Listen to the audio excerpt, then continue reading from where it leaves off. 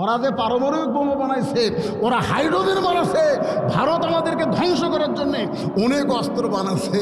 ওরা অস্ত্র বানাবার পারে, কিন্তু অস্ত্র কি ওর বাপে? আপনারা কোন তো নমরুদ আগুন জ্বলাবার পারে, কিন্তু আগুন কি নমরুদের বাপে?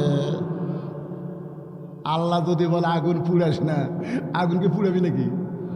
জানতো প্রমাণ কোরআন, কুলনা ইয়া নারু কুনি বারদাও ওয়া সালামান আলা ইব্রাহিম। হযরত ইব্রাহিম আগুনের চুলাকে শান্তির বাগান পাইয়া আল্লাহর শুকরিয়া আদায় করতে গিয়া এক নিয়তে 4 রাকাত নামাজ আদায় করে আল্লাহ বলে, হাবিব ওই 4 রাকাত নামাজ আমি আল্লাহর কাছে এত ভালো লাগছে, আপনার উম্মতের জন্য জোহরের 4 রাকাত ফরজ হিসেবে দিয়ে দিলাম। আপনার উম্মতেরা জোহরের 4 রাকাত ফরজ নামাজ যখন জামাতের সঙ্গে আদায় করবে, ইব্রাহিম নবীর সম পরিমাণ সওয়াব আমি আল্লাহ দিয়া দিব। লিল্লাহি তাকবীর। কি জোহর বাদ দেবেন? ফজর? সাহাবীরা বললেন, ইয়া রাসূলুল্লাহ, আসরের 4 রাকাত ফরজ নামাজ। আল্লাহ নবী বললেন, শোনো, যখন আল্লাহ আসরের 4 রাকাত ফরজ আমার হাতে দিচ্ছে, আমি তখন বললাম, আল্লাহ এই আসরের 4 রাকাত ফরজ আদায় করলে আমার উম্মতের লাভটা কি আমি নবী একটু শুনতে চাই। আমার লাভ কি নবী কোনোদিন শোনে নাই? নবী আল্লাহর কাছে উম্মতের লাভের আশা করেছে। এমন নবী আমরা পাইছি যে নিজের জন্য একটা কথাও বলেনি, যত কথা বলেছে আমাদের জন্য। কথা কোন ঠিক কিনা? নিজের বিবি আয়েশাকে বলেছে, আয়েশা, হাসরের 3 জায়গায় তুমি আমারে পাবা না। আয়েশা কয়, হুজুর কেন? 3 জায়গায় কেন পাবো না? বলে, 3 জায়গায় আমি নবী তোমার স্বামী থাকবো না, আমি উম্মতের জন্য বেকার হয়ে আল্লাহর কাছে কাঁদতে থাকবো। জোরে কোন সুবহানাল্লাহ। আয়েশা বলে, ইয়া রাসূলুল্লাহ, আমি আপনার আদরের বিবি। আদরের বউ বাঁচবার যদি চাও তুমি আমার উম্মত হও। জোরে কোন সুবহানাল্লাহ। আয়েশা বলেছে জোরহাত করে, হুজুর হাসরের ময়দানে আপনার বউ হিসাবে না, আপনার উম্মতি হিসাবে আমি যেন নাজাত পাই। জোরে কোন সুবহানাল্লাহ। সেই ভালোবাসার নবী বাজান, একটু খেয়াল করেন। আল্লাহ বলে, হাবিব, আপনার উপর যেই কোরআন আমি নাজিল করেছি, এই কোরআনের মধ্যে সবচাইতে বেশি যেই নবীর আলোচনা, সেই নবীর নাম হলো মুসা কালিমুল্লাহ। আছে না নাই? 3 দিকে ফেরাউন ঘেরাও করছে। মুসা নবী বলতেছে, আল্লাহ আপনি দৌড়াবার করলেন, আমি দৌড়ালাম, কিন্তু এখন তো খালি সামনে সাগর দেখি, আমার তার দৌড়ানোর কোনো রাস্তা নেই। আল্লাহ বলতেছে, মুসা চিন্তা করো না, নাসরুম মিনাল্লাহি ওয়া ফাতহুন করিব ওয়া বাশশিরিল মুমিনিন। মুসা তুমি হচ্ছে মুমিন, আমার নবী। এই বেঈমান সঙ্গে সঙ্গে সাগর 12টা রাস্তা হয়ে গেল। সুবহানাল্লাহ। মুসা নবী তার সঙ্গীদের নিয়ে সাগরের তলদেশে রাস্তা হয়ে বলতে দেখে, রে যে আল্লাহ সাগর রাস্তা বানায় দিল, সে আল্লাহর শুকরিয়া তার আমরা আল্লাহকে সেজদা দিতে চাই। এক নিয়তে 4 রাকাত নামাজ আদায় করে ওই সাগরের তলদেশে রাস্তায়। আল্লাহ বলে, হাবিব, মুসা নবীর ওই 4 রাকাত নামাজ আমি আল্লাহর এত ভালো লাগছে, আপনার উম্মতের জন্যে আমি আসরের 4 রাকাত ফরজ হিসেবে দিয়ে দিলাম। আপনার উম্মতেরা যখন আসরের 4 রাকাত ফরজ নামাজ মসজিদে জামাতের সঙ্গে আদায় করবে, আমি আল্লাহ মুসা পরিমাণ সওয়াব তাদের আমল নামায় দিয়ে দিব। ধরে কোন সওয়াব। নবী কয়, আল্লাহ এই খবর আমার উম্মতেরা যদি শোনে, ওরা জীবন গেলেও আসর জোহর কোনোদিন কাজা করবে না। কি ওয়াদা দিয়েছে আমাদের ব্যাপারে নবী রে। সাহাবেরা বললেন, নবী গো, ফজর 2 রাকাত হলো জোর, জোহর 4 রাকাত জোর, আসর 4 রাকাত জোর, কিন্তু মাগরিবের 3 রাকাত বেজোর। এই নামাজ সম্পর্কে আমরা জানতে চাই। এই মাগরিবের নামাজের ভিতরে আমার মা বোনদের কিছু ওয়াজ আছে। এরা কিন্তু চুপ থাকে, এখন কথা শুরু করছে। এতক্ষণ হয়ে গেল, হুজুর আমাকে একটা ওয়াজ করে না। এই মাগরিবের 3 রাকাত আল্লাহ বলেছে আপনার উপর যে কোরআন নাজিল হয়েছে, মনোযোগ দিয়ে শোনো যুবকেরা, মারাত্মক ওয়াজ। এই কোরআনের মধ্যে একজন নবী আছে, সেই নবী সম্পর্কে একটা গজল আগে আমি কই, তারপর আপনার বুঝবার পারবেন। ইয়াকুব নবী বাস করিতেন কেনানে, সবাই বলেন ইয়াকুব নবী বাস করিতেন কেনানে, সবার চাইতে ভালোবাসতেন ইউসুফকে। এরা কি রে বারে, কিছুই কয় না রে। একেবারে সুবহানাল্লাহ আলহামদুলিল্লাহ কিছুই নাই। মাগরিবের 3 রাকাত আপনারা শুনবেন না? শুনবেন না তো অন্যদিকে মন দেন কেন? নামাজের কথা শুনলে খারাপ লাগতেছে? ইমানের পরই নামাজ, ওয়ামিলুস সালিহার উপর কথাবার্তা চলতেছে। এরপর আরো 2টা ডাইরেক্ট ওয়াজ আছে, এমপি চলে গেছে। ধরে কোন কথা ঠিক কিনা? একটা হলো অতাওয়া সাহাবিল হক, আর একটা হলো অতাওয়া সাহাবিল সবর। একটু রাত গভীর হোক, তারপর মারমোহনি, বুঝতেছেন না? জাগা মতো মার দেওয়া লাগবে। আপনারা কোন তো মুসা নবী আল্লাহ কোন জায়গায় হেফাজত করলো, আর ফেরানো কোন জায়গায় মার দিল, জায়গা বুঝে মার হবি। কথা কোন ঠিক কিনা? ঝিমেন কেন? আমি ঝিমেনা বক্তা? কালো মানুষ হলো চেহারা থেকে তাকে দেখেন তো কি কয় রে পারে। হ্যাঁ মায়েরা শোনেন, এই মাগরিবের নামাজে আপনাদের আলোচনা আসতেছে কেমনি মাগরিবের নামাজ পাইলাম আর এই নামাজ আদায় করলে আমাদের কত লাভ। নবী বললেন, ইয়াকুব নবী 2টা বিয়ে করছে। সুবহানাল্লাহ। মানে 2 বিয়ার কথা শুনলে সুবহানাল্লাহ করছেন না? কোরআন শরীফে আমার ভাই বসে আছে, আপনারা আলেম ওলামা যারা আছেন, এই কোরআন শরীফে আল্লাহ যেখানে বিয়ার আয়াত দিয়েছে, বিয়ার কোরআন তো ধরেননি কোনোদিন। আল্লাহ যেখানে বিয়ার আয়াত দিয়েছে সেখানে প্রথম বলেছে মাসনা, মানে 2টা বিয়ে কর, মজা পাবি।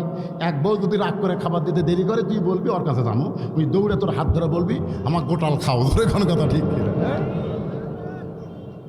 এক বিয়ে করলে কিন্তু মজা নাই, ওই যা বউ যা করবি তাই। সেই জন্য আল্লাহ তো জানে, সেই জন্য বলছে মাছ না 2টা করো, সোলাসা 3টা করো, রোবা যদি মরদ হও 4টা করো, যদি না পারো তাহলে একটা লিয়াই আলহামদুলিল্লাহ। মানে আমরা একটা লিয়াই আলহামদুলিল্লাহ। কিন্তু বাবা আদম থেকে আমাদের নবী পর্যন্ত সেই দিন বাতিলেরা হকে লাত্তি খাবে। ধরে কোন কথা ঠিক কিনা? লাত্তি আসতেছে। একটু ধৈর্য ধরেন, ইন্নাল্লাহ মা সাবিরিন। এই যে সূরা আসরের শেষও কিন্তু সবর, ধৈর্যের কথা আছে। 2টা বিয়ে করেছে, এক বইয়ের পেট থেকে আল্লাহ 10টা সন্তান দিয়েছে, আর এক বইয়ের পেট থেকে দিয়েছে 2টা। জোরে কোন কয়টা? ইয়াকুব নবী একদিন নির্জনে বসে আল্লাহর কাছে কাঁদতেছে, আল্লাহ আমি নবী হয়ে জন্ম দিলাম, আমার 2টা সন্তান এত ভালো আর এই 10টা এত খারাপ কেন হলো? ইয়াকুব নবী বলতেছে, আল্লাহ আমি নবী হয়ে জন্ম দিলাম। জোরে কোন কি হয়ে? নবী হয়ে জন্ম দিলাম। আচ্ছা আমরা যে সন্তান জন্ম দিচ্ছি, আমি কি হুজুর হয়ে দিছি? আপনাদের কি মনে হয়? আপনারা কি মনে করতেছেন? আমি কি হুজুর হয়ে দিছি না স্বামী হয়ে দিছি? কথা কয় না। আমি কোনোদিন টুপি পরে, এই জুব্বা পরে আমার বইয়ের সাথে মহব্বত করিনি। কারণ একদিন টুপি পরে একটু মহব্বত করবার চাচ্ছি, আমার বই মাথার থেকে টুপি খুলে দিচ্ছে। নাউজুবিল্লাহ, নবীর টুপি মাথাতে এই কাম হবি না। হায় তার মানে বোঝা গেল হুজুর হইয়া নবী হইয়া এই কাম করা যায় না। জোরে কর কথা কর না কেন? নূহ নবী বলতেছে, আল্লাহ আমার 10টা সন্তান এত বদমাইশ, এত খারাপ, আর এই 2টা এত ভালো কেন হলো? আল্লাহ বলতেছে, ইয়াকুব এই 2টা সন্তান ভালো হওয়ার পেছনে কারণ হলো ওদের মা ভালো, আর এই 10টা সন্তান খারাপ হওয়ার পিছনে কারণ হলো ওদের মা খারাপ। তুমি বাবা যতই ভালো হও না কেন, মা যদি ভালো না হয় সন্তান কোনোদিন ভালো হবে না। মায়েরা রে, যদি আপনারা ভালো না হন সন্তান কোনোদিন ভালো হবে না। আজকে সন্তান কান্দে, আগেকার বাচ্চারা কানলে আমাদের কাছে পানি ফোড়া নিত, হুজুর পানি ফোড়া দেন। সকালে দিছি, সন্ধ্যার সময় বলতেছে আর সন্তান কান্দে না, এখন পানি পড়া নেয় না। সন্তান কানলে স্বামীর কাছে ধরছে পায় না। আমার বাচ্চা টাচ মোবাইল ছাড়া কিন্তু কান্না বন্ধ করবি না। আমার বাচ্চা টাচ মোবাইল ছাড়া কান্না বন্ধ করবি না। ওই বাচ্চা কান্দে, মা গেম খেলা দিয়া বাচ্চার হাতে দিছে, এই ছোট্ট বাচ্চা মোবাইল ধরে পারে না, তারপরে মনোজাতের মতন চাপিয়া ধরে। হায়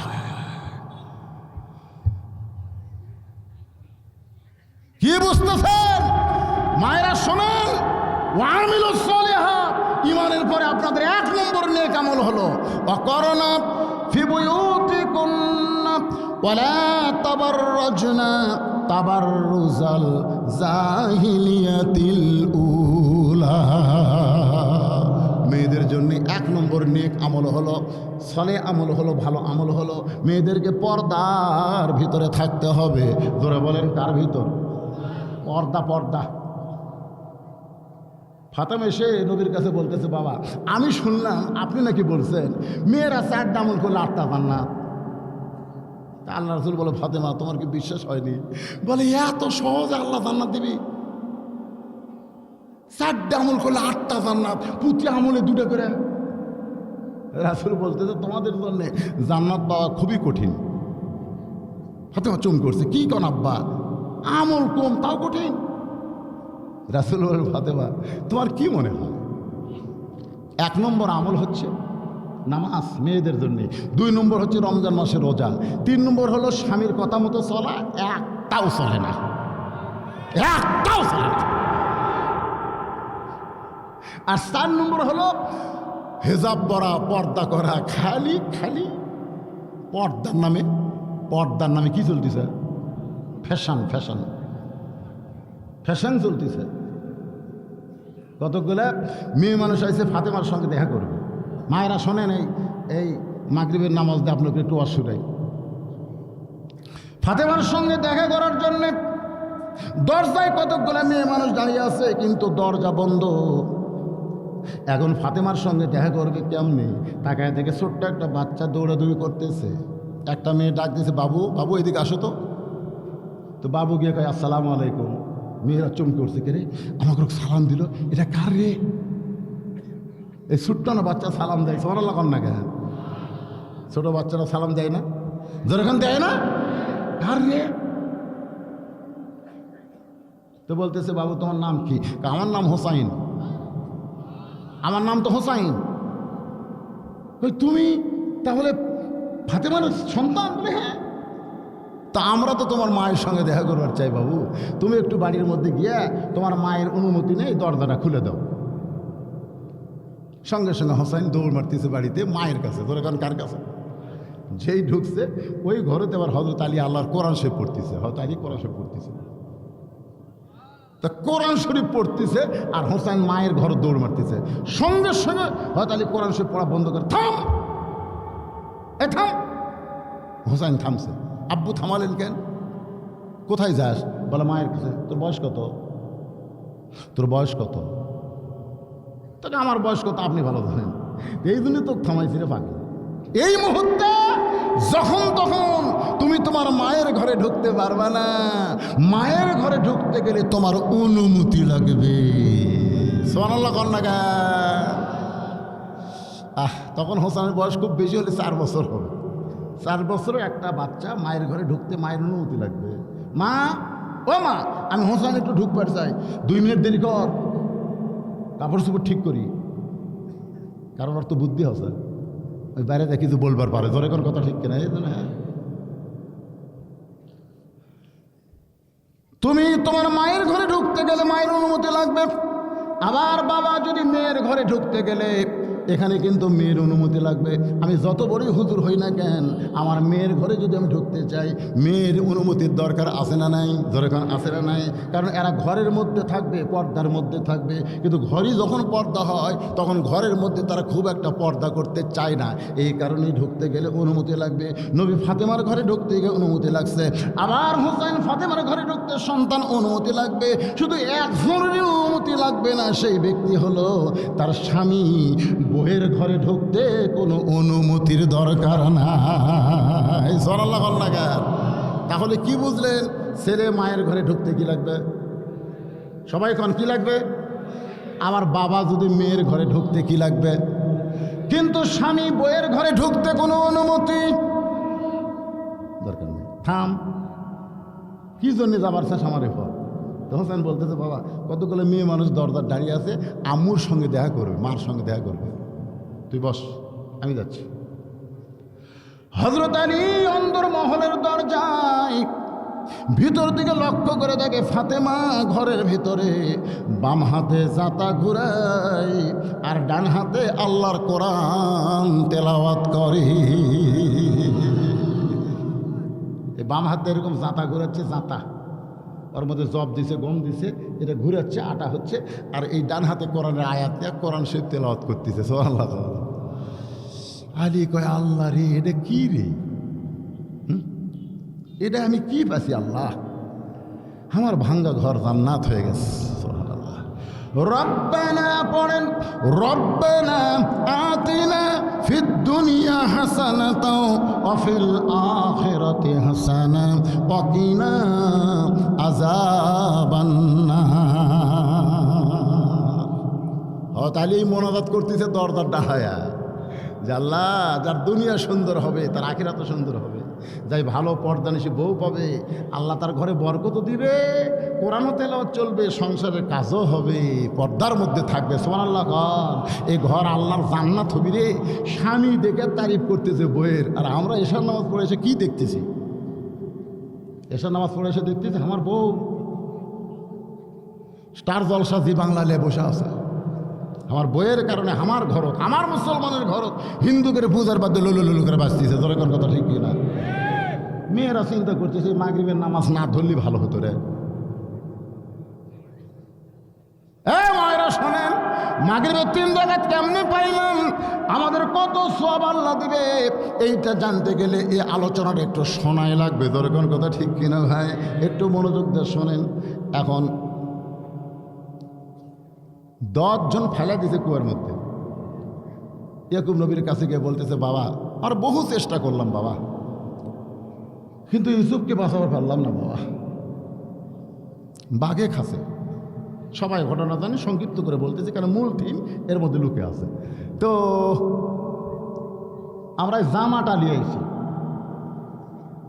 এই জামাটা নিয়ে আইছি, ইউসুফকে বাঁচাবার পারিনি, তবে জামা বাঁচাছি। আপনারা বলেন তো ইয়াকুব নবী কি বোকা? যখন এমপি সাহেব আমার এটি বসলো, আমি মাইক না দিয়ে এখান থেকে বিদায় নিব, আমি কি বোকা? কারণ একবার মাইক দেইনি দেখে আমার 5 বছর ঢুকতে দেয়নি। কথাটা বুঝলেন না? আবার সেই বোকামি আমি করবো?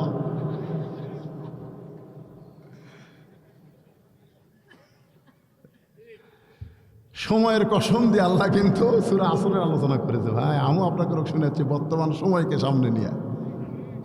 মনে করেন না হুজুর খালি কাহিনী শোনাচ্ছে, কাহিনী না, প্রত্যেকটা বাঁকে বাঁকে একটা করে বাঁশ আছে, একটা করে ওয়াজ আছে। ধরে কথা, প্রত্যেকটা বাঁকে।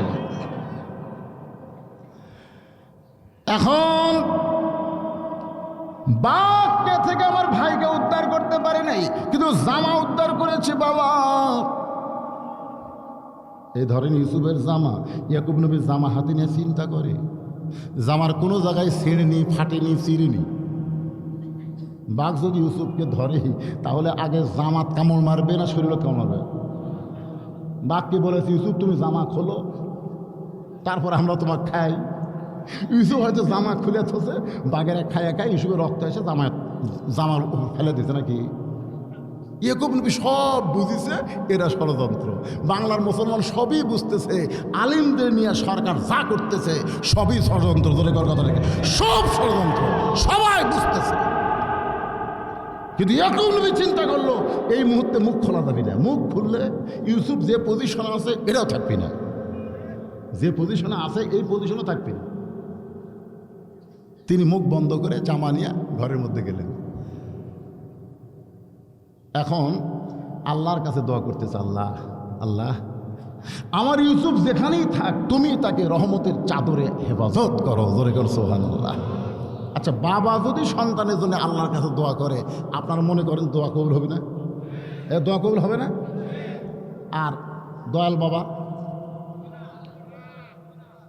আপনারা কার দোয়া চাচ্ছেন? বাবার দোয়া চান না দয়াল বাবার দোয়া চান? কার দোয়া চান? আমার কাছে হুজুর দোয়া করেন, আমার কয় হুজুর দোয়া করেন। আমি বলি তোর বাপ নাই? বাপ নাই তো কাছে হুজুর। সকালে ফজর নামাজের পরে বাবুকে একটা সালাম দেব। আমি হুজুর 1 লক্ষ, আমার মতন 1 লক্ষ হুজুর দোয়া করলে যেই কাম হবে, তোর বাপ খালি ও আলাইকুম সালাম বলার সঙ্গে সঙ্গে সেই কাম হবে। জোরে কোন কথা ঠিক কিনা? হুজুর কোন কেন তাই রে পাগলা। সকালবেলা মাকে বলবে আসসালামু আলাইকুম মা, কেমন আছেন? আসসালামু আলাইকুম বাবা, কেমন আছেন? মার বাবা যদি উত্তরে বলো ওয়ালাইকুম আসসালাম, তোর উপর আল্লাহ রহমত বর্ষিত হোক, সঙ্গে সঙ্গে রহমত বরকতের দরজা আল্লাহ খুলে দিবে। ধরে কারণ ঠিক কিনা? দোয়া লাগবে কার আর চায় কার কাছে? অনেক জামাই শ্বশুর বুঝায়, আব্বা কেমন আছেন আব্বা? আব্বা আপনার শরীর কেমন খারাপ দেখতেছে আব্বা। বাপ সাইড থেকে মনে মনে কয়, শয়তান তোর জন্ম কে দিছে রে? তুই আমার জীবনে কইলি না আমার চেহারা খারাপ হচ্ছে, শরীর খারাপ হচ্ছে, একদিনও কইস না রে শয়তান। মানে বইয়ের পাল্লাক করে শ্বশুর পাশে, শাশুড়ি পাশে, কিন্তু বাপ মাকে ত্যাগ করেছে এরকম সন্তান আছে না নাই? কথা কন না কেন? আল্লাহ কোরআন কারিমের মধ্যে বলেন, ওয়াকাযা রাব্বুকা আল্লা তা'বুদু ইল্লা ইয়্যাহু ওয়া বিল ওয়ালিদাইনি ইহসানান। ভাইজানেরা, আপনারা মনে কষ্ট নেন না, ঘড়িতে বাজতেছে 12:15। 12:15 বাজে, এখনও 15 মিনিট বাকি আছে, আছে না নাই? এখন আছে না নাই? যদি আজকের আলোচনায় 12:15 বাজে, আপনার কি মন খারাপ করবেন? তাহলে একটু মনোযোগ দিয়ে শোনেন। আমি কিন্তু এতক্ষণ ঘড়ি দেখি নাই, কিন্তু দু একজন ওটা দেখে আমি ঘড়ি দেখতেছি। ওঠে কেন? কারণ আমার মাহফিল থেকে তো লোক, আপনারা ওটা দেখছেন, পেশাব করে দু একজন যায় আবার ঘুরে আসে। এরা কি পেশাব করবে? তাই তো আসতেছে, ওদের একটু আসে আর বসতেছে। মাশাআল্লাহ, ঠিক আছে, বসো বাবা, বসো বসো। মানে এত দূর পর্যন্ত আমি ঠিক মতো দেখতে পাচ্ছি না ভাইজান। আলহামদুলিল্লাহ, কেন আলহামদুলিল্লাহ, মনে কুয়াশা পড়তেছে তো কি। এখন আল্লাহ তাআলা ইউসুফকে হেফাজত করবে কি করবে না? কারণ কে দোয়া করছে? বাপে দোয়া করছে। বণিকেরা যাচ্ছে, যাওয়ার সময় তৃষ্ণা লাগছে, কূপের মধ্যে কাছে পানি লিবার যায়, দেখে চাঁদের টুকরা পড়ে আছে, তুলে ভাগ করবি, টুকরার দরকার নাই, বেচার টাকা ভাগ করে নেই। বেচবার গেছে বাজারে, খরিদ্দার হচ্ছে জোলাইখা, সামনে জোলাইখা, পিছনে আজিজ মিশর ঘুরতেছে। বিয়ে হয়েছে বহুদিন, বাচ্চা কাচ্চা হয় না। জোলাইখা ইউসুফের কাছে গিয়ে বলতেছে, এই বাচ্চা আমি নিব।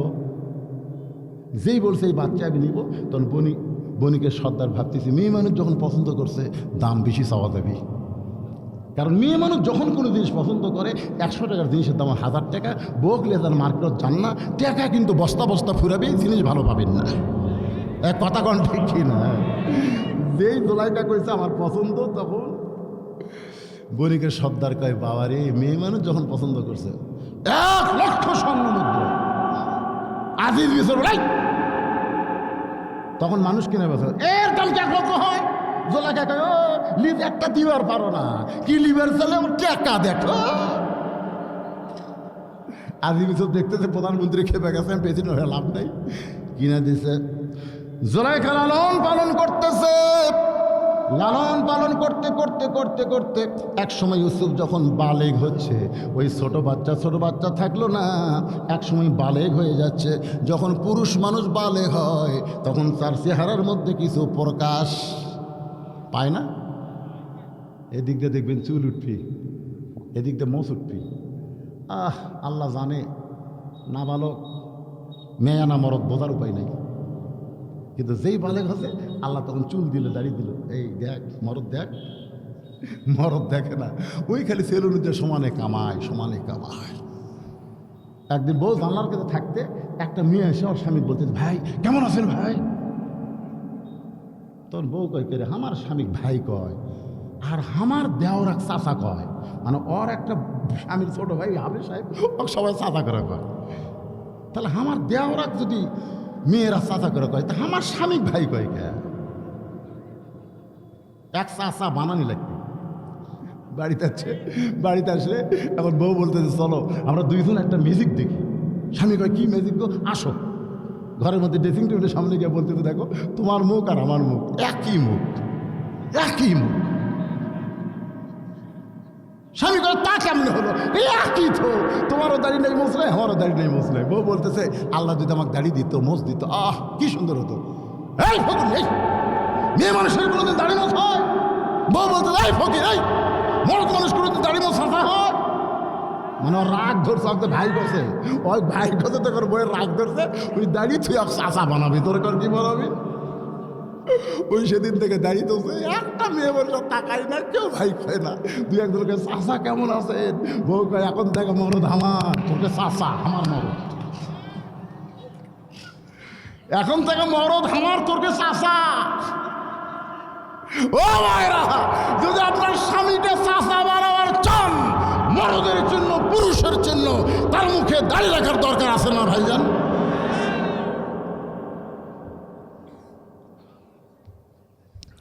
আল্লাহর বান্দার একটু মনোযোগ দেবেন। মাগরিবের 3 রাকাত ফরজ নামাজ কেমনে পাইলাম এটা বুঝাইতে নিয়ে গেছে জুলাইখার কাছে। ইউসুফের দাড়ি মোজ যখন গজায় এমন সময় মিন শাররিল ওয়াসওয়াসিল খান্নাস, ভিতরে একটা খান্নাস আছে।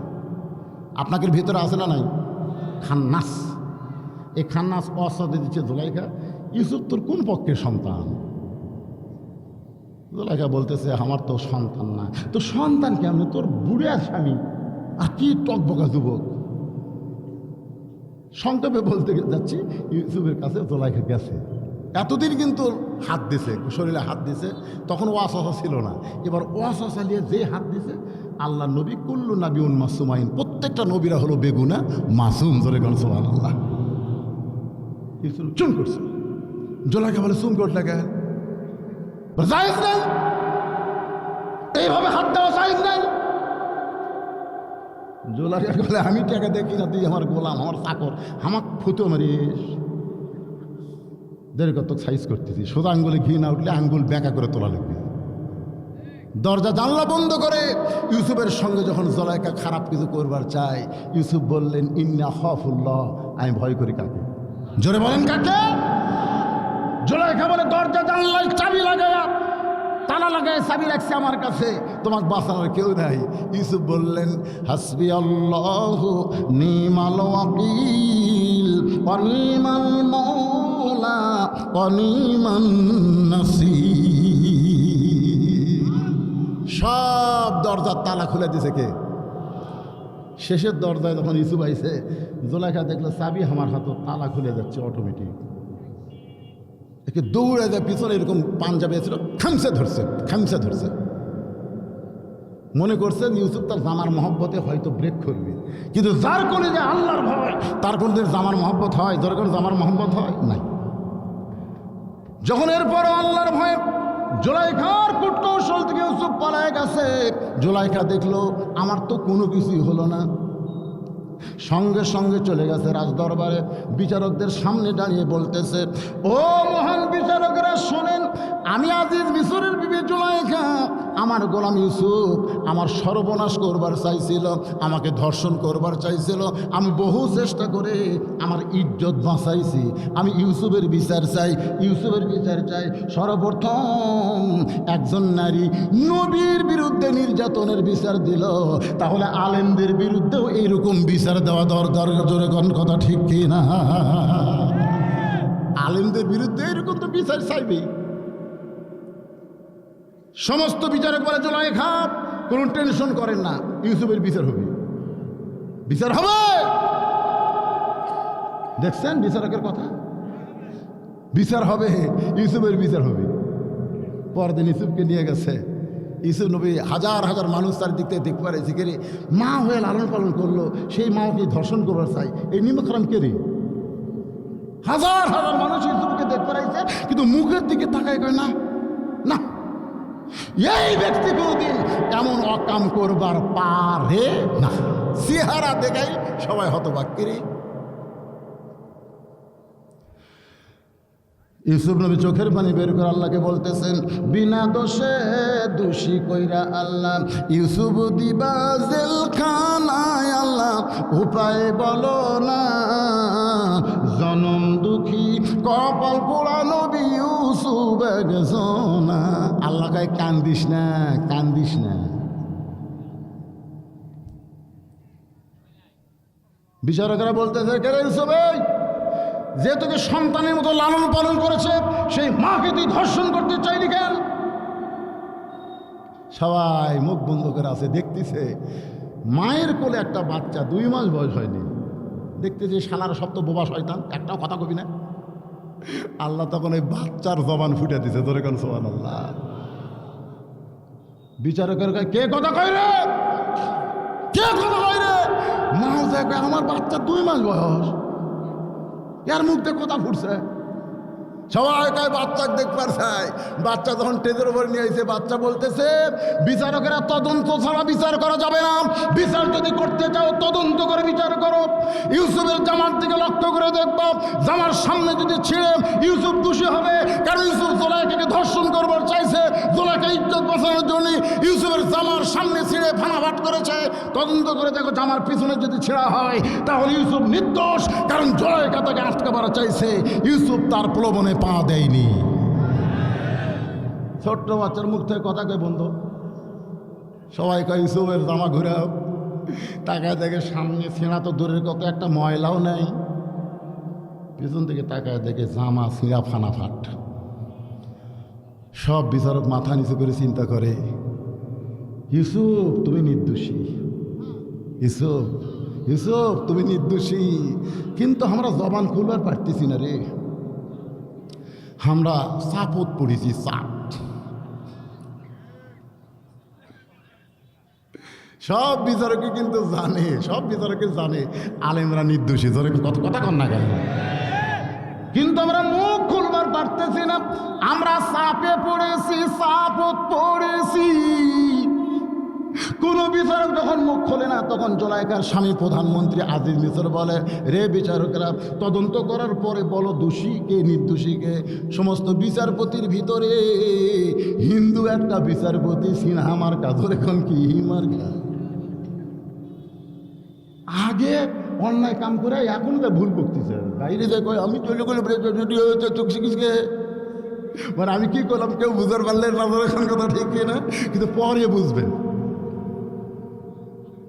দাঁড়ায় বলতেছে ইউসুফ তুমি দোষী, যে কইছে দোষী। সঙ্গে সঙ্গে আজিজ মিসর সহ সমস্ত মানুষরা চিন্তা করলো, এটা বিচার হলো না, এটা বিচারের নামে প্রহসন হলো, জোরে কোন কথা ঠিক কিনা।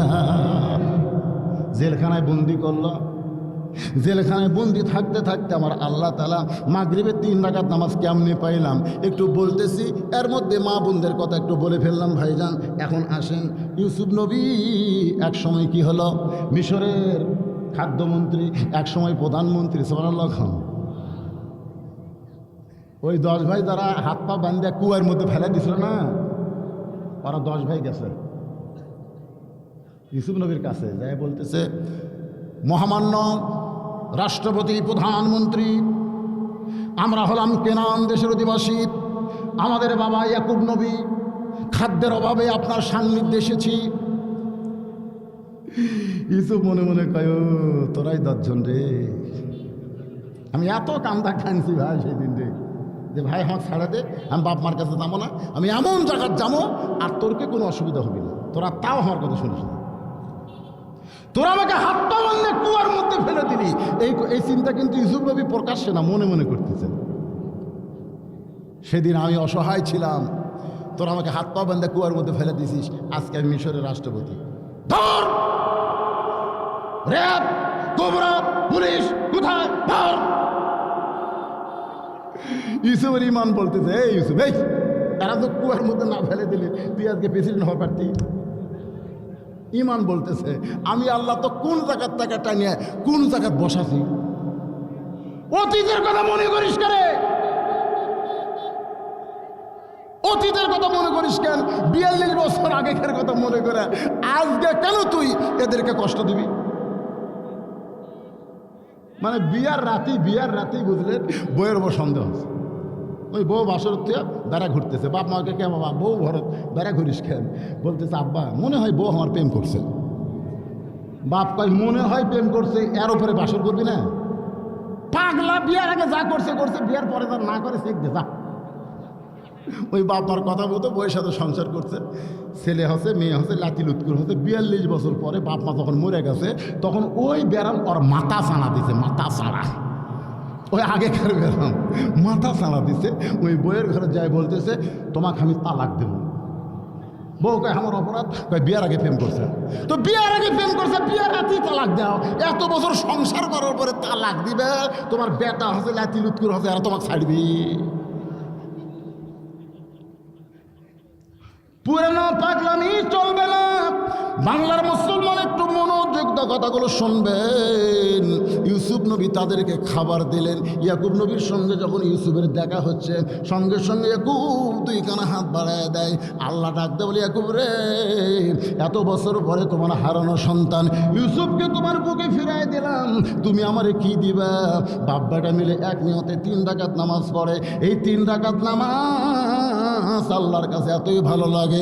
আল্লাহ বলে, হাবিব আপনার উম্মতের জন্য মাগরিবে 3 রাকাত নামাজ হিসেবে দিয়ে দিলাম। যখন জামাত আদায় করবে, ইয়াকুব ইউসুফ নবীর সমপরিমাণ সওয়াব আমি আল্লাহ দিয়া দিব। লিল্লাহে তাকবীর। এখন এক ওয়াক্ত থাকলো এশা, শুনবেন? কারা কারা হাত তোলেন? লিল্লাহে তাকবীর, হাত নামান। কারণ 4 ওয়াক্ত যদি শুনি, 1 ওয়াক্ত শুনবো না আমরা, সেই মরো শুনবো ইনশাআল্লাহ। তবে এই যে ছেলেরা কষ্ট করে মাহফিল করেছে ভাই, এই দৃশ্য দেখার পরে হযরত আলী আল্লাহর কোরআন থেকে পড়তেছেন, রব্বানা আতিনা ফিদ দুনিয়া হাসানাতাও ওয়া ফিল আখিরাতি হাসানা ওয়া কিনা আযাবান্নার। আল্লাহু আকবার। সঙ্গে সঙ্গে ফাতেমা জাতা ঘুরান বাদ, কোরআন তেলাওয়াত বাদ। সঙ্গে সঙ্গে ফাতেমা জাতা ঘুরানো বন্ধ করেছে, কোরআন তেলাওয়াত বন্ধ করেছে। স্বামীর সামনে দাঁড়ায়া স্বামীর সালাম দেয়, ওগো স্বামী, আপনি তো আল্লাহর কোরআন পড়তেছিলেন, কোরআন পড়তে পড়তে কোরআন পড়া বাদ দিয়া অন্দর মহলে কেন আইছেন? আলী বলতেছে, ফাতেমা, আমি অন্দর মহলে আল্লাহর কোরআন পড়তেছিলাম। এগুলো কে দিল? আচ্ছা, এদের মধ্যে থেকে, মাশাআল্লাহ, ওদের মধ্যে দান করেছে, একটু খেয়াল করেন। আলী বলতে যে, ফাতেমা, তুমি জাতা ঘুরাইতেছিলে, কোরআন পড়তেছিলে, আমারে দেখার সঙ্গে সঙ্গে জাতা ঘুরান বাদ, কোরআন তেলাওয়াত বাদ কেন? ফাতেমা বলে, স্বামী গো, আল্লাহর নবী বলেছেন, আল্লাহর পরে কাউকে যদি সেজদা দেওয়ার হুকুম থাকতো, তাহলে প্রত্যেকটা বিবিকে বলতাম তোমার স্বামীর পায়ে সেজদা করো। ওগো স্বামী, আল্লাহ ছাড়া কাউকে সেজদা দেওয়া যাবে না। তবে এই কথার তার নবী বুঝাই দিলেন, আল্লাহর পরই একজন মেয়ে মানুষের কাছে সবচাইতে দামি ব্যক্তি হলো তার স্বামী। মেয়েদেরও আমিলু সলেহান, নেক আমলের মধ্যে এটা 1 নম্বর আমল। স্বামীর কথা মানতে হবে, স্বামীকে সম্মান করা লাগবে।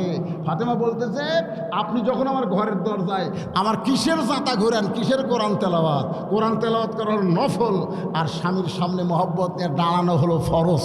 সুবহানাল্লাহ কর না কেন? শুধু ফরজ ইবাদত বাদ দিয়ে ফরজ নামাজের নিয়ত করছে। ফরজ নামাজ, এই কথাটা শুনবেন মেয়েরা, মায়েরা শোনেন। মেয়েরা যদি ফরজ নামাজের নিয়ত করে, এমন সময় স্বামী যদি ডাকে, নামাজ ছেড়ে দেওয়া যাবে না, নামাজ কমপ্লিট করা লাগবে। কিন্তু সুন্নত নফলের নিয়ত করা, যদি স্বামী ডাক দেয়, নামাজ বাদ দিয়ে স্বামীর কাছে যাওয়া লাগবে।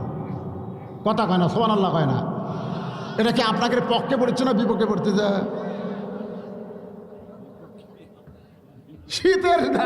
শীতের রাতে গোসল করা খুব সমস্যা। দুপুরবেলায় স্বামী বলতেছে, গো আসো আসো, বউ বলতেছে রোজা আছি। বউ যেই কইছে রোজা আছি, স্বামীর মনে হয় আগুনের পানি দিল, ছেপ করে উঠছে। স্বামী কয়, ও তাহলে রোজা আছো? আল্লাহ কয়, তো রোজা হবি না, কারণ এক রমজান মাসে রোজা তোর স্বামীর হুকুম লাগবে না। আর সারা বছর যত রোজা করবি, স্বামীর হুকুম ছাড়া একটা রোজা করা যাবে না। কারণ স্বামী যখন ডাক দিবে, তুই বলতে পারবা না রোজা আছি।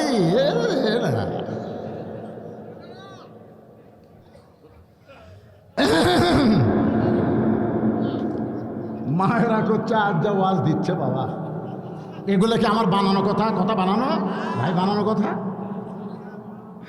আমার মায়েরা শোনেন, একটু মনোযোগ দিয়ে শোনেন। 4 ওয়াক্ত নামাজের কথা আমি বললাম, আর এই কথাটা আমি বলতে বলতে রেখে দিয়েছিলাম মা। এবার আপনারা একটু মনোযোগ দিয়ে শোনেন। ফাতেমা বলে, স্বামী গো, আপনি কেন কোরআন তেলাওয়াত বাদ দিয়া আমার ঘরের দরজায়, খুব কি মনে পড়ছে নাকি আমাকে? আলী মুসকে মুসকে হাসার বলে, তোমার হোসাইন ঢুকবার চাইছিল, আমি তারে ঘরের মধ্যে আটকায় দিয়া আমি এসেছি। বলে, কি দরকার একটু বলেন, হোসাইন কেন ঢুকতে চাইছিল, আপনি কেন তারে আটকায় দিলেন? আলী বলে, ফাতেমা, দরজায় কতগুলো মেয়ে মানুষ রয়েছে, তারা তোমার সঙ্গে একটু দেখা করবার চায়, চাই, ও ফাতেমা তুমি যদি অনুমতি দাও তাহলে ওই মেয়েদের জন্য দরজা খোলা হবে। ফাতেমা বলতেছে আমার অনুমতিতে কোনো আপত্তি নাই, কিন্তু ওই মেয়েদের সঙ্গে দেখা করতে গেলে আপনার কষ্ট হবে। আলী বলতেছে আমার কি কষ্ট? বলে আপনার কষ্ট মানে পর্দার ব্যবস্থা করা লাগবে। একটা মেয়েদের জন্য পর্দার ব্যবস্থা করা কিন্তু খুবই কষ্ট। আপনারা কি মনে করতেছেন এক বোরকা কিনে দিলেন আর পর্দা হলো? কথা কোন বোরকা কিনে দিলেন পর্দা হলো না, খুবই কষ্ট। ফাতেমা বলতেছে মেয়েদের সঙ্গে দেখা করতে গেলে আপনার পর্দার ব্যবস্থা করা লাগবে, আপনার কষ্ট হবে। আলী বলতেছে ফাতেমা মেয়ে হয়ে মেয়েদের সঙ্গে দেখা করতে গেলে পর্দা লাগে না।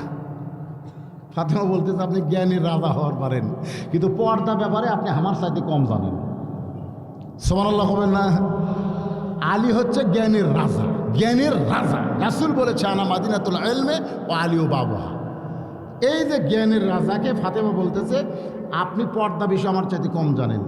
আলী বলতেছে ফাতেমা তাহলে বলো কেমনি কম জানি? ফাতেমা বলে স্বামী গো, যে কয়টা মেয়ে দরজায় দাঁড়িয়ে আছে আপনি কি তাদের চেনেন? আলী বলতেছে নাউজুবিল্লাহ, আমি দুনিয়াতে একজন মেয়েকে চিনি, তার নাম হলো ফাতেমা। এছাড়া অন্য কোনো মেয়েকে আমি চিনি না। আপনার কথা এই কথা শুনলে বউ খুশি হবি না বেদার হবে? আমি যদি আমার বউকে বলি তোমাকে ছাড়াও বউ, আমি আর কাউকে চিনি না, তখন বউ কবে তাহলে তোমার চোখে সবচেয়ে সুন্দরী কে? আরে পাগলি তুমিই তো। কারণ আল্লাহ কোরআনে বলেছে কুল্লিল মুমিনিনা ইয়াগুদ্দু মিন আবসারিহিম। তুমি মরদ মানুষ যখন রাস্তা চলবে তোমার নজর থাকবে নিচের দিকে, এটা কার বউ, এটা কার বেটি, এরকম দেখা তোমার জন্য হারাম। আলী বলতেছে একমাত্র ফাতেমা ছাড়া অন্য কোনো নারীর দিকে আমি তাকাই না। ধরে কোন সুবহানাল্লাহ। ফাতেমা বললেন স্বামী গো, যে কয়টা মেয়েরা এসে দরজায় এদের মধ্যে একটা মেয়ে যদি বেপর্দা হয়, একটা মেয়ে যদি বেপর্দা হয় আর ফাতেমার সঙ্গে দেখা করতে এসে ফাতেমার চেহারা যদি কোনো পরপুরুষের কাছে বলে দেয়, তাহলে আমি ফাতেমা পর্দার মধ্যে থেকে কোনো লাভ হলো না। এই জন্যে কোনো বেপর্দা নারীর সঙ্গে আমি ফাতেমাও দেখা করতে পর্দা করি। সুবহানাল্লাহ। মায়েরা ও মায়েরা, পর্দা খুব কঠিন জিনিস মা। এই পর্দাটা আপনারা করবেন, স্বামীর কথা মতো চলবেন, নামাজ রোজা করবেন, ইমান থাকলে 8টা জান্নাত আল্লাহ আপনাকে দিয়ে দেবে। যে কোনো দরজা দিয়ে ফাতেমার সঙ্গে আল্লাহ আপনাকে জান্নাতে ঢোকার পারমিশন দিয়ে দিবে। ধরে কোন সুবহানাল্লাহ। এবার সাহাবীরা বলতেছে রাসূলুল্লাহ এশার 4 রাকাত ফরজ। আল্লাহ নবী বললেন সাহাবীরা রে, আমি দুনিয়াতে আসার আগে একজন নবী দুনিয়াতে এসেছিল, যেই নবীর নাম হলো ঈসা রুহুল্লাহ। আমাদের নবী দুনিয়াতে আসার আগে কোন নবী ছিল? ঈসা রুহুল্লাহ। ঈসা নবীর বাড়ি যখন চারিধারে ঘেরাও করলো না, হিজরতের রাতে নবীর বাড়ি যেরকম ঘেরাও করছিল, ঈসা নবীর বাড়ি কিন্তু ঘেরাও করছে। ঈসা আল্লাহকে বলতেছে আল্লাহ যে হারে ইহুদির আমার বাড়ি ঘেরাও করছে আল্লাহ, এখন আমি কিভাবে?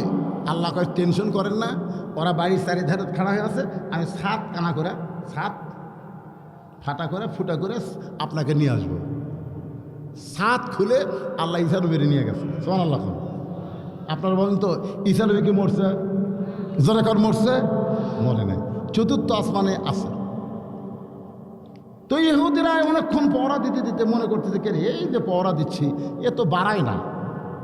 একজন বীর বলতেছে আর ধৈর্য নাই, আর ধৈর্য নাই, দরজা ভাঙবো। ওই বীর দরজা ভাঙ্গা ভিতরে ঢুকে ঈসা রে, কে রে ঈসা, মানে গোটাল ঘর নাই। আল্লাহ তাআলা ওই বীরের চেহারা, ইহুদি বীরের চেহারা ঈসা নবীর মতো করে দিছে, একের অবিকল ঈসা। মুই বাইরে এসে বলতেছি ভাই রে অনেক খোঁজাখুঁজি করলাম রে, ঈসা তো নাই রে। তো বাহিরে যারা শুলপিলি আছে ওরা কয় ঈসা নাই, তুই কে? তুই কে? আমি তোমাকে ভাই যাই যা পাশে বাড়িতে ভাই, আসলে কিন্তু আসল ঈসা মরে নাই, নকলটা মরিছে। এটা খ্রিস্টানেরা যিশু বানাছে। ধরে এখন কি বানাছে, কথা কন না কেন?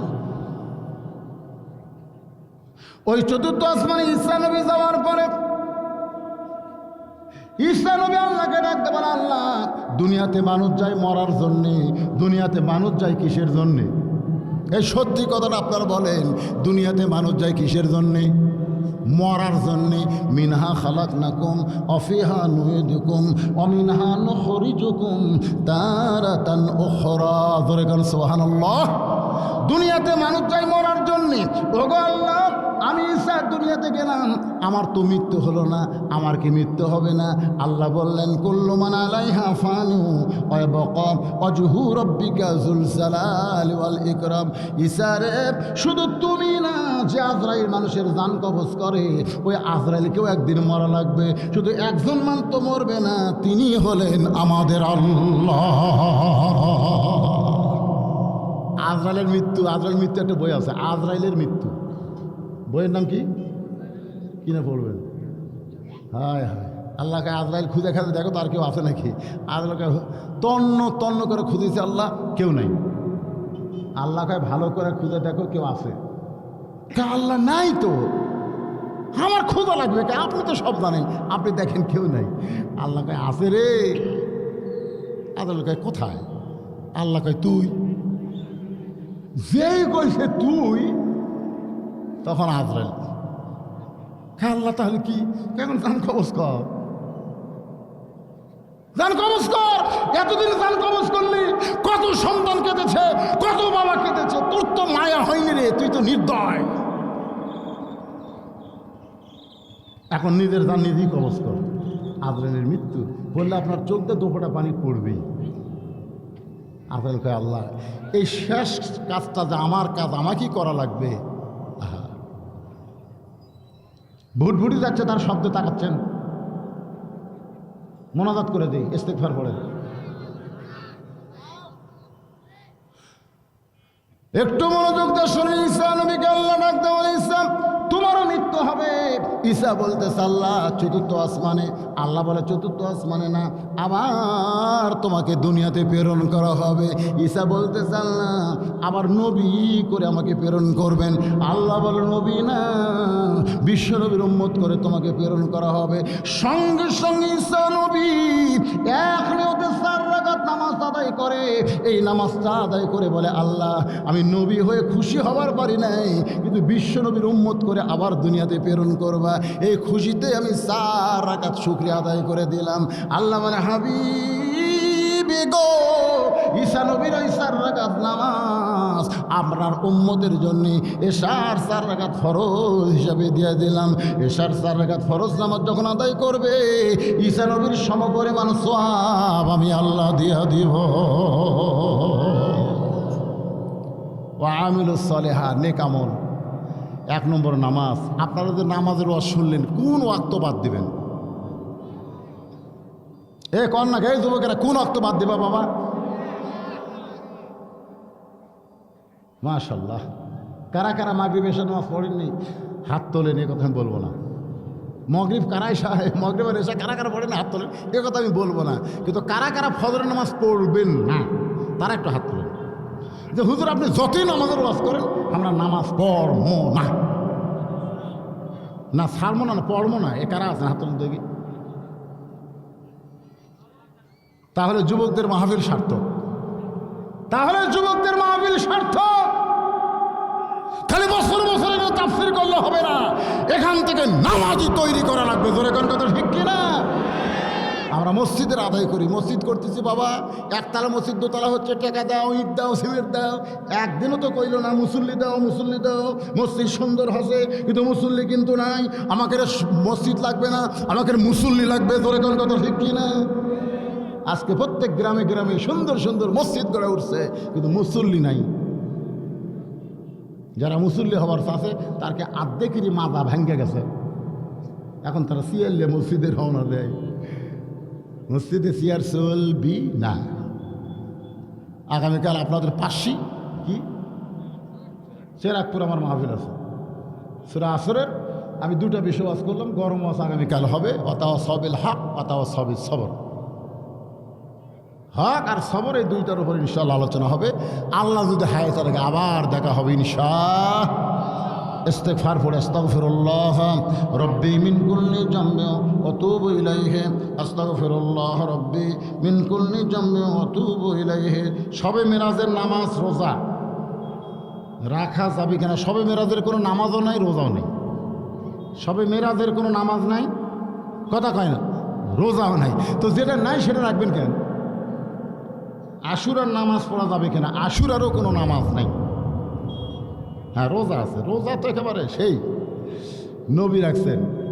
নবী তাও 2 দিন, একদিন রাখছেন, বলছে আগামী থাকলে আমি 2 দিন করবো। তাহলে কি, রোজার গুরুত্ব অনেক বেশি ওই আশুরা সম্পর্কে। যাই হোক, আজকে সে আলোচনা না, এখানে প্রশ্ন করা হয়েছিল, উত্তর দেওয়া হয়েছে। কয়টা মোনাজাত ছাড়া যায় কেন?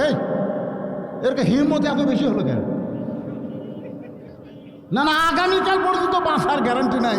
আজকের মোনাজাত যদি আল্লাহ কবুল করে নেয়, ওরা চিন্তা করতেছে গাড়ি ঘোড়া আছে, আগে বার করা লাগবে। এখন খুব চিন্তা করতেছে, গাড়ি ঘোড়া আছে, আগে বার করলে আগে যাওয়া হবে। তুমি গাড়ি বার করে দেখো, তোমার গাড়ি হয়তো স্টার্ট নিচ্ছে না, মধ্যে খারাপ গেছো, যা দেখো তোমার গাড়ি আর চলতেছে না। তখন কি করবে? তখন এই 5 কারগুলো বউ বউ করে তোমাকে ছাড়া চলে যাবে। তুমি আগে বার হয়ে আর হাঁটতে, পরের দিকে হুন্ডা ঠেলে নিয়ে যাচ্ছে, কে চলে না, চলবে না, চলবে না। এই জন্য মোনাজাত চলবে। আমরা সকলে মোনাজাত করে তারপর ইনশাআল্লাহ 2-4 মিনিট দেরি হলে অসুবিধা, কোন অসুবিধা আছে? করে দিলাম মোনাজাত। আল্লাহুম্মা আমিন। আল্লাহুম্মা আনতাস সালাম ওয়া মিনকাস সালাম, তাবারাকতা ইয়া যাল জালালি ওয়াল ইকরাম। আয় আল্লাহ তাআলা, 14 বছর ধরে 2 দিন ব্যাপী তাফসীরুল কোরআন মাহফিল করতেছে হাসানপুর যুবক। আল্লাহ মেহেরবানি করে এই যুবকগুলোর এই চাওয়া, এই মাহফিল করাকে আল্লাহ তুমি হেদায়েত নাজাত হিসাবে কবুল করে না। যোগ্য সভাপতির সভাপতিত্বে আজকের এই আলোচনার মঞ্চ থেকে আখেরি মোনাজাত আমি গুনাহগার তোমার হাজারো বান্দা বান্দীদের সঙ্গে করে নিয়ে ফকির হইয়া রহমতের দরজায় হাত বাড়ায় দিছে। আল্লাহ মেহেরবানি করে আজকের এই মাহফিল আমাদের সকলের হেদায়েতের জন্যে, নাজাতের জন্যে, জান্নাতের জন্যে কবুল করো। এই মাহফিলের শুরু থেকে শেষ পর্যন্ত যত আলোচনা হয়েছে আল্লাহ, এর মধ্যে যদি ত্রুটি হয়, ভুল হয়, মাফ করে দিও। এর জাহাদিয়া নজরানা মঞ্জুর করো। সোনার মদিনায় নবী পাকের রওজা মোবারকে কবুল করে নিও। তামাম আম্বিয়া কিরাম, আসহাবে কেরাম, উম্মাহাতুল মুমিনিন, শহীদ শহীদান, জান্নাতুল বাকি, জান্নাতুল মাসহ পৃথিবীর যত গোরস্থানে যত মুর্দা শুয়ে আছে আল্লাহ সকলের আরওয়াহ পরে হাদিয়া কবুল করো। ও মাবুদ, আমরা যারা হাত তুলেছি, আমাদের জনম দুঃখনী মা যাদের কবরের দেশে চলে গেছে, ছোট্ট একটি শব্দ হলো মা, এই নামের মধ্যে যে কি মধু, যাদের মা নাই তারাই বুঝতেছে। এই দরদের মা যাদের কবরে গেছে আল্লাহ মেহেরবানি করে মায়ের কবরটাকে জান্নাতের টুকরা কবুল করো। বাবার বাড়িঘর সবই আছে, আজও দলিলে বাবার নাম লিখতে হয়। আমি সহ এই দরদের বাবা যাদের কবরের ঘরে চলে গেছে আল্লাহ মেহেরবানি করে বাবার কবরটাকে জান্নাতের টুকরা কবুল করো। আমাদের দাদা দাদি, নানা নানি, আত্মীয় স্বজন, শ্বশুর শাশুড়ি যাদের কবরে গেছে আল্লাহ কবরবাসীদের মাফ করে দাও। মাবুদ, আমার মা বোনেরা পর্দার অন্তরে বসে বসে আলোচনা শুনলো, আবিদা সালিহা পর্দাজি কবুল করে মা ফাতেমার চরিত্র দান করে দাও। আল্লাহ আমার শুভ সোনার যুবক বান্দাদেরকে আল্লাহ তুমি কবুল করো। আল্লাহ গো, এই যুবকগুলো যেই হবে নষ্টের দ্বার প্রান্তে চলে গেছে, তুমি ছাড়া যুবকদের হেদায়েত দেওয়ার কেউ নাই আল্লাহ। আল্লাহ মেহেরবানি করে বাংলার প্রত্যেকটা যুবককে 5 ওয়াক্ত নামাজি কবুল করে না আল্লাহ। অনেক মুরব্বী, হাজি সাহেব, আলেম সাহেব, হাফেজ সাহেব, ইমাম সাহেব আমার সঙ্গে হাত তুলেছে, আমি গুনাহগার বলে ফিরাই দেন না। তাদের হাতের ওসিলায় আজকের মাহফিলকে আল্লাহ কবুল করে না আল্লাহ। যেই যুবকেরা গান বাজনা না করে প্রতি বছর তোমার কোরআনের বাগান লাগায়, এ হাসানপুর যুব সমাজকে আল্লাহ রহমত বরকতে কবুল করে না। এই সঙ্গে প্রত্যেকটা সদস্যকে আল্লাহ তুমি 5 ওয়াক্ত নামাজি হিসাবে কবুল করে নাও। আজকের মাহফিলের সম্মানিত সভাপতি আমার অত্যন্ত মহব্বতের মানুষ মাওলানা জিল্লুর রহমান, আয় আল্লাহ তাআলা আমার ভাইকে দুনিয়াতে যেমন সম্মান দিয়েছেন আখিরাতে তেমন সম্মানে জান্নাতি কবুল করে নেন। মাবুদ গো, আজকের মাহফিলের সম্মানিত প্রধান অতিথি অত্যন্ত ভদ্র মানুষ, অল্প সময়ের মধ্যে সামান্য কথা বলে এখান থেকে চলে গেল। আল্লাহ প্রধান অতিথি সহ বিশেষ অতিথি যারা আছে আল্লাহ সকলকেই কবুল করে নেন, সকলকেই দিনের খাদেমুল ইসলাম কবুল করে। আল্লাহ কোরআনের মঞ্চে যখন আমরা বসি, আমরা আওয়ামী লীগ, বিএনপি, জাতীয় পার্টি, জামাত, তাবলীগ না, আমরা সবাই তোমার কোরআনের আহাল। ও দরদি আল্লাহ, যে কোরআন শুনতে এত ভালো লাগে সেই কোরআনের আহাল হিসাবে আমাদেরকে তুমি কবুল করে নাও। আল্লাহ আমাদের মনের ভিতরে হিংসা বিদ্বেষকে দূর করে দাও। দুর্ভিক্ষের কবলে বাংলাদেশ যেন না পড়ে। আল্লাহ এই গরিব দেশটাকে তুমি রহমত বরকতে হেফাজত করো। আল্লাহ আল্লাহ তুমি সব পারো মাবুদ, আমাদের সব কিছু তোমার হাতে। আল্লাহ তোমার কাছে সব কিছু সুপর্দ করলাম, গুনাহগার বলে আমাদেরই তুমি গজব দিও না। আল্লাহ একটা মিনিট একটু চিন্তা করেন, কত মানুষের জানাজার নামাজ আমি পড়লাম, এই 2 হাতে কত কবরে মাটি দিলাম। একদিন আমি মরে যাব, সবাই নিজের দিকে খেয়াল করে দেখেন। একদিন আমি মরে যাব, ওই মসজিদের খাটনি আমার বাড়ির আঙ্গিনায় চলে আসবে। রঙিন কাপড় খসাইয়া, সাদা কাপড়ে চকলেটের মতো মুড়াইয়া আমি আপনাকে অন্ধকার কবরে যেতে হবে। মরি যখন যাব গো আল্লাহ, ইমানের সাথে ইজ্জতের সাথে মুসলমান হইয়া আমরা যেন বিদায় নিতে পারি। আল্লাহ আমাদের কবুল করো। আল্লাহ এই সঙ্গে একজন সদস্য না কজন মারা গেছে, আল্লাহ তাদের কবরকে তুমি জান্নাতের টুকরা বানিয়ে দাও। আল্লাহ আমাদের যারা অসুস্থ আমরা আছি সুস্থ করে দাও, অভাবকে মোচন করে দাও।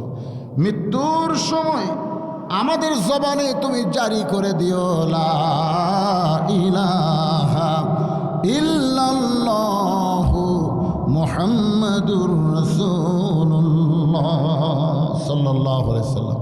আসসালামু